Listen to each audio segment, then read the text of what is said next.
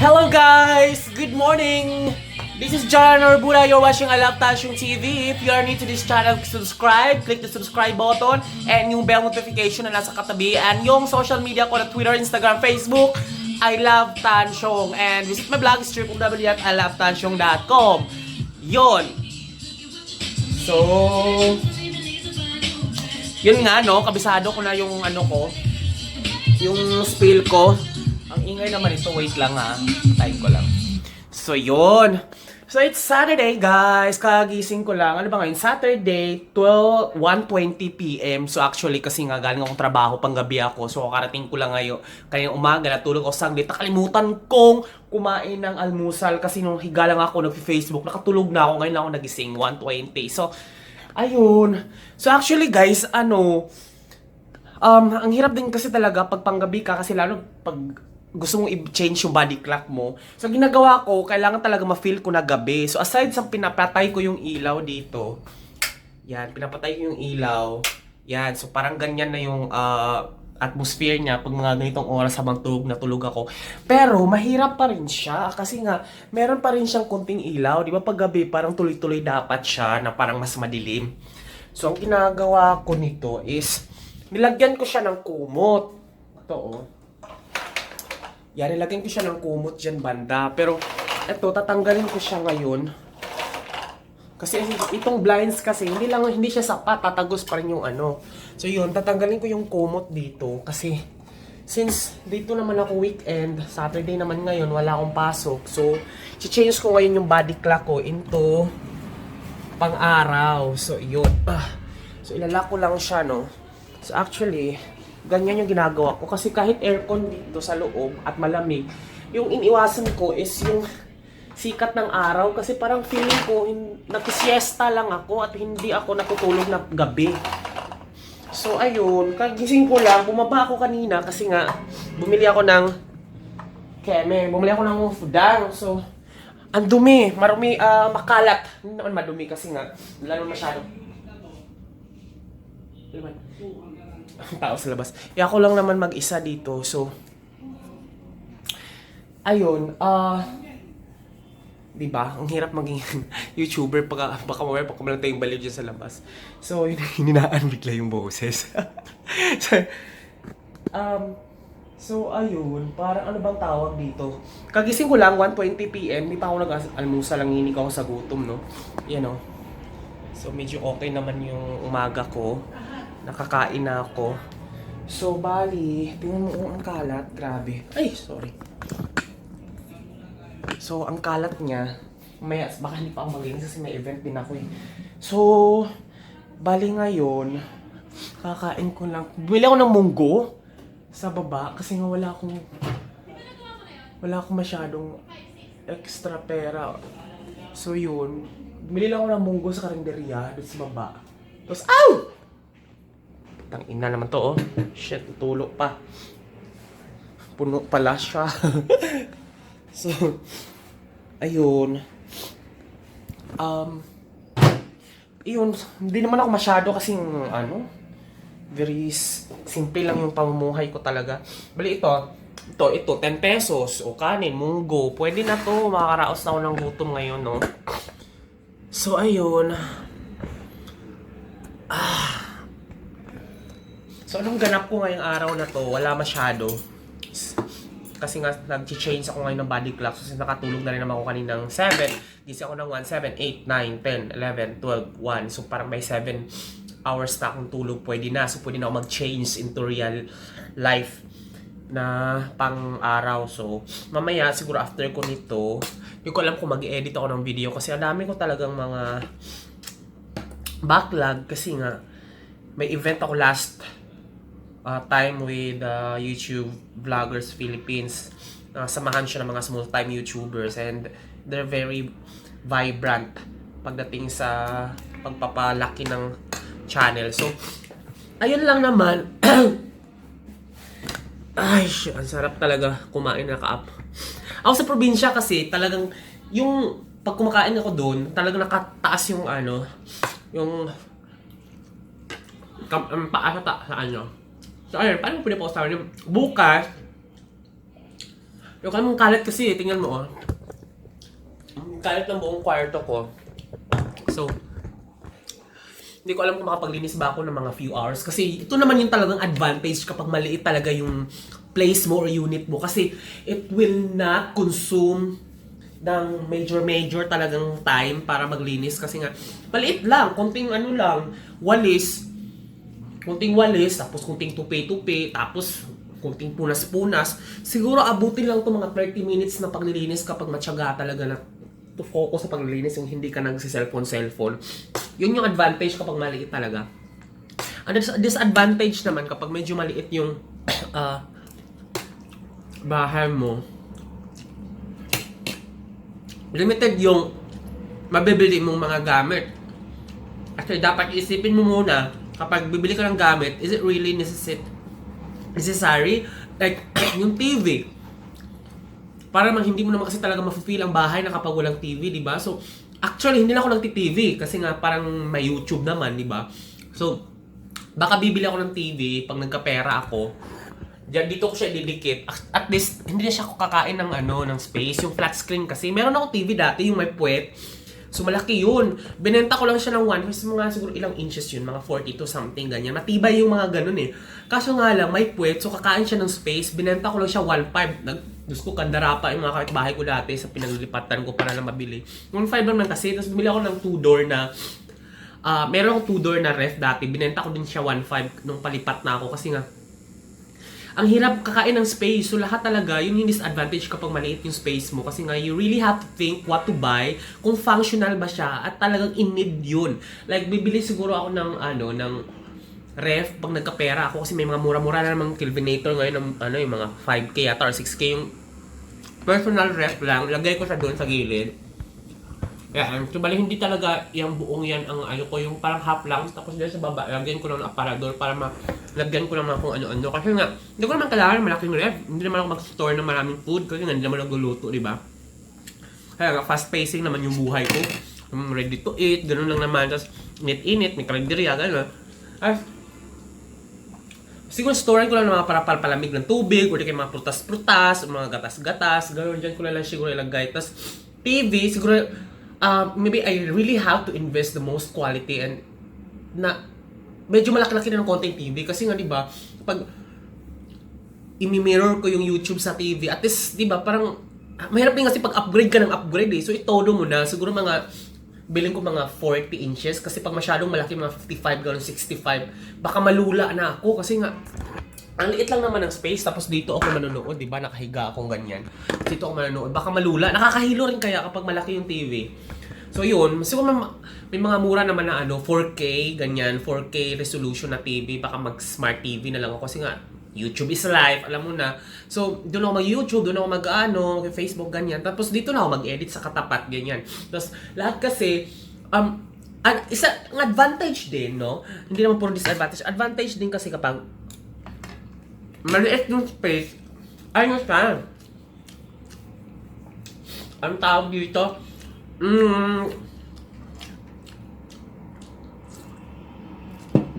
Maliit yung space nyo talaga. Ano siya? Nagiging creative ka on how to maximize in every space na nandiyan na idle. Kailangan mo talaga siyang gamitin. Like, this one. Instead na, nilagyan ko siya ng, nilagyan ko siya ng basurahan, tsaka yung mga laundry ko. So, kailangan talaga merong Tapos, good thing kasi dito, sa ilalim ng kama ko, merong drawer. Yan, mga underwear ko, ganyan. So, lahat talaga, dapat mong i-maximize. So, you really think of something na kailangan kong gamitin tong space na to. So, lahat ng sulok na to, so maliit lang naman kasi ito talaga yung unit ko to. Pag okay na to, ituturo ko kayo, no? Tapos, magkaroon ko na separate video for that.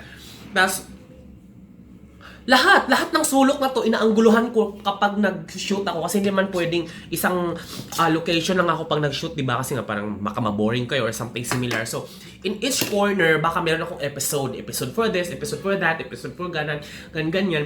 Siguro baka next year ko na siya talagang ibongga itodo. Kasi nga mag-end of this year naman talaga. And part of my New Year's resolution, tsaka target at tsaka goal ko talaga na magkaroon ng mga maraming content doon sa YouTube ko since okay na rin naman yung location ko. So every corner, i-maximize ko siya, aangguluhan ko siya ng bonggang-bongga para maging okay. And then I'm pretty sure, magiging creative talaga ang isang tao kung paano mo i-maximize yung isang space na kailangan mong magmukhang malaki. Di ba? So yun yung challenge doon.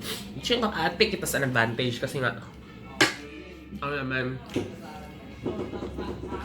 I take it as an advantage kasi, anong tawag dito? Kaya naman gamitin yung utak mo talaga, yung creativity mo. So, ayun. And then, ibongga talaga kapag naglinis, no? Ulit ako. Pag naglinis talaga, saka, hindi na ako masyadong maluho. Kasi dati kasi talaga bili ako ng damit, bili ako ng ganyan, ganyan. Kahit wala na akong pera, bili-bili pag may nakita ako sa mall. Pero, ngayon kasi, bago ako bumili ng kahit anong damit man yan or kahit anong tela or something na makapag-consume ng space, iniisip ko na magagamit ko ba to or saan ko siya ilalagay. Ganon yung mga thinking ko ngayon. So, yung paging impulsive buyer ko dati na parang talagang kahit lubog na sa utang, di ba? Bibilhin at bibilhin mo kasi naisip mo saan ko to ilalagay, di ba? Parang ganon. So, paano pag may mga hindi ka palang bilhin na mas magagamit mo pa? Hindi mo na mabili kasi wala ng space. So, anong gagawin mo? Ipamigay mo na naman yung isa. Parang ganun. So, I think of something. May bibili ako ng soundbar. Ganyan, didikit lang din dito sa ilalim ng TV. And then, lahat, lalagyan ko, i-maximize ko to lahat talaga moving forward. And then, maybe naglalagay ako ng sala video na malaki para magbukhang malaki. Pero hindi. Kasi wala pa akong pera ngayon eh. Nalipat lang kasi, gano'n talaga pag kalilipat at tingnan mo, nagmumunggo-munggo nga lang ako ngayon, no? 35 pesos, ay no, 25, 10, ganyan lang pagkain ko ngayon, tanghalian. So, ayun. Ganyan lang. Tapos, yun is advantage and advantage, di ba? So, yun mamaya, after nito, kasi nga, ang gagawin ko ngayon is, after nitong kumain, siguro maglilinis ako ng konti kasi para mamaya pagbalik, alis ako, after mga 1 hour siguro, pag medyo nahismasan kasi amoy, ano pa ako, higaan, no? Siguro ang gagawin ko is, mamaya pupunta ako ng Mega Mall kasi malapit akong distance lang naman dito, di ba? Tapos, ano ba? Bibili ako kasi may exchange gift kami. Ito nakakatuwa pa pala.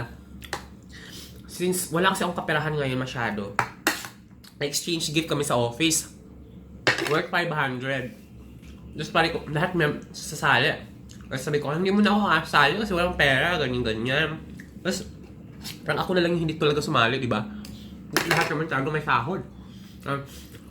Sabi na, ay, ako nga, ako nga ang wishlist ko nga, yung magagamit ko talaga. So, it's worth 500. Ang gagawin ko is, ang ginawa ko, nag-request ako, binigay ko yung wishlist ko is yung kuryente load worth 500. Diba? Kasi nga lakas kumain ng kuryente yung aircon. So yun yung wishlist ko, which is parang bumili lang din ako ng yung prepaid load sa kuryente ko. So however, yun nga lang, mag-effort ako kasi yung nabunot ko ay parang t-shirt ng pen shop or something similar. So punta ako Mega Mall mamaya, no? At least bumalik sa akin kuryente na, so hindi na ako wala na akong isipin yung kuryente na prepaid ngayong buong kinsenas na to. Tapos punta akong mamaya, Mega Mall or baka hanap ako ng nabunot ko kasi damit yung naamoy, nabunot eh. Tapos, ayun, mag-edit, ganyan.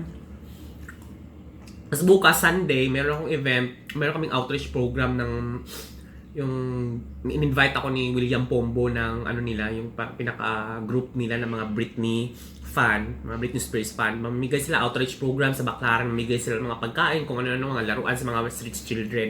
Tapos, after nun, meron silang staycation. So, i-vlog ko yun bukas. Bali, yun lang. Tapos mag-edit ako, may mga backlogs lang ako eh. Tapos i-upload ko. So, ito, parang ganun lang. Vlog lang ko muna for this day, Saturday. Kasi, parang okay naman pala pag nag-vlog. Kasi, di ba nung nag-unbox ako nito, nag-unbox ako nung, ewan ko napanood nyo ba? Nag-unbox ako nito sa YouTube ko na nakita ko yung quality ng camera ko. Kasi yung camera ko na to, hindi ko to ginagamit pag-vlog kasi ni-edit ko pa, diba? Tapos one time, front cam to eh, yung Samsung A8 Plus. Tapos, in-upload ko lang siya. Wala pa nga akong internet dito. Nag-upload ako sa MRT. Mabilis kasi kuryente sa MRT. Yung free wifi. Tapos, in-upload ko. Tapos, hindi ko alam kung anong resolution niya kasi raw file eh. Hindi ko na-edit eh. Panoorin nyo, i-put ko yung link sa baba. Tapos, Nalamig na yung pagkain ko. Tapos, ano siya, pagtingin ko sa office, nanood ko yung video, 4K pala. At saka linaw.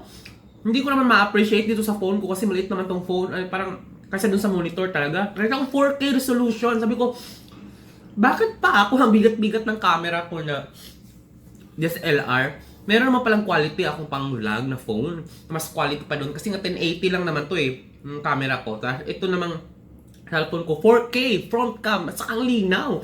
Gumaganda, kumikinis si bakla. Tapos, ito na yung gagamitin ko, bali,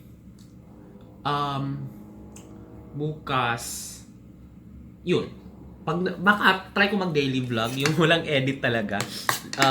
Minimal editing lang, kasi parang mas genuine kasi yun eh. At least malalaman niyo kung anong buhay ko na hindi naman talaga ganun ka, kadali. Hindi naman ako masyadong masasyalan. Nakakaluwag-luwag lang minsan, pero hindi naman ibig sabihin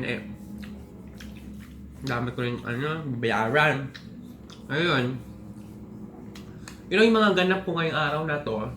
Hindi naman ako matulog kasi gising ko lang naman. Naligo, or kunting linis, ganun. Tapos bumili nga ako ng pala kasi baka kasahod lang naman nung nakaraan. Bumili ako nito, 250 lang kasi may bazaar sa office. Bili ako nito, worth 250. Cotton naman siya. And then, this one, dalawa siya. Ayan, dalawa siya. So, 500. Wala akong balak na bilhin talaga yan. Kasi 500 din yun, diba? So, ayun. Sabi ko, bibili ako kasi ba nag-gym ako. Tapos, hirap pag basa yung towel mo, tapos wala kang gagawin bukas. So, 50. Quality naman siya. Goodbye naman. Pero, ayun nga. Out of budget ng 500. Kaya pamunggo-munggo na lang. So, ayun guys. Thank you for watching ha. Nakain lang ako kasi lumalamig na sa daldal ko. Thank you so much guys. Bye-bye!